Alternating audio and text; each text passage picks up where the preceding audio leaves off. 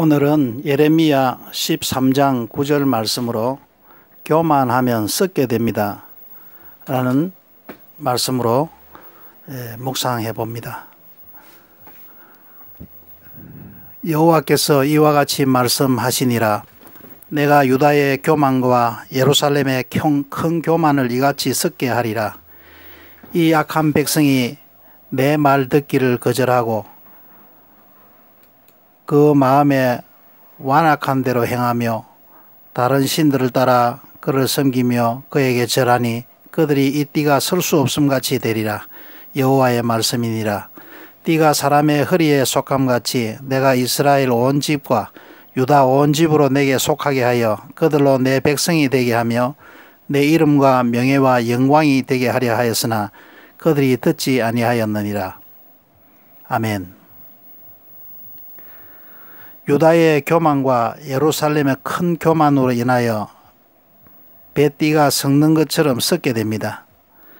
교만하였던 이방 나라에게 내린 재앙도 썩도록 하는 것이었습니다. 스가랴 14장 12절에 썩는 모습이 나옵니다. 예루살렘을 친 모든 백성에게 여호와께서 내리실 재앙은 이러하니 곧 섰을 때 그들의 살이 썩으며 그들의 눈동자가 눈구멍 속에서 썩으며 그들의 혀가 입속에서 썩을 것이요. 하나님께서 제일 싫어하시는 것이 교만입니다. 교만은 패망의 선봉이요 거만한 마음은 넘어짐의 앞잡이니라. 교만은 하나님의 말씀을 듣기를 거절하는 것입니다. 그 마음에 완악한 대로 행하는 것이며 다른 신들을 따라 그를 섬기며 그에게 절하는 것입니다. 인생을 살면서 다가오는 수고하고 무거운 짐들은 대부분 교만함 때문에 오는 것입니다. 예수님께서는 수고하고 무거운 짐진 자들은 다 내게로 와서 나의 겸손과 온유를 배우라고 하십니다. 겸손하지 못하고 온유하지 않기 때문에 수고하고 무거운 짐을 지고 살아가게 되는 것입니다. 아무리 돈이 많고 건강하여도 인생의 수고와 무거운 짐에서 벗어날 수 없습니다. 오직 하나님의 말씀에 순종하는 겸손과 온유함을 가질 때 해결함 받게 됩니다. 교만은 내 생각대로 살아가는 것입니다. 겸손과 온유는 하나님의 말씀대로 순종하며 사는 삶입니다. 하나님께서 하라고 하는 것을 하지 않는 것이나 하나님께서 하지 말라는 것을 하는 것이 교만입니다. 겸손한 삶을 살게 되면 하나님의 영광이 나타나게 됩니다.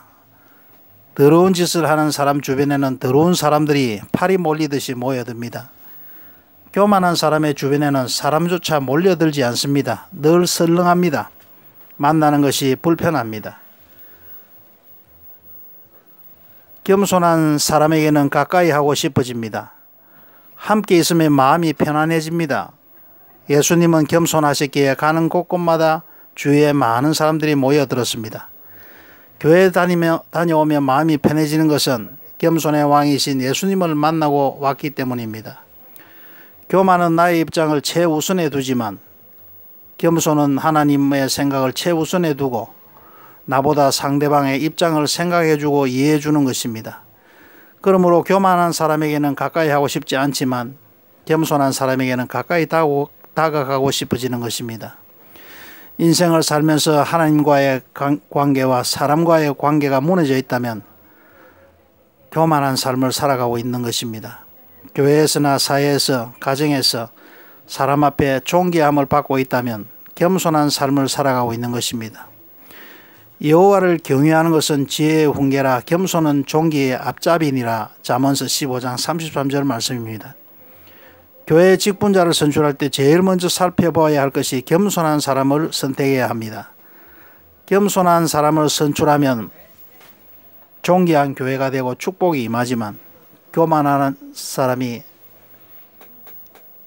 선출되게 되면 교회는 패망하기 때문입니다.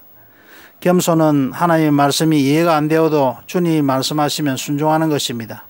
예수님께서 베드로에게 깊은 데로 가서 그물을 내려 고기를 잡으라는 말씀을 듣고 우리들이 밤이 맞도록 수고를 하였으되 얻은 것이 없지만은 말씀에 의지하여 내가 그물을 내리리다 하고 순종하였습니다.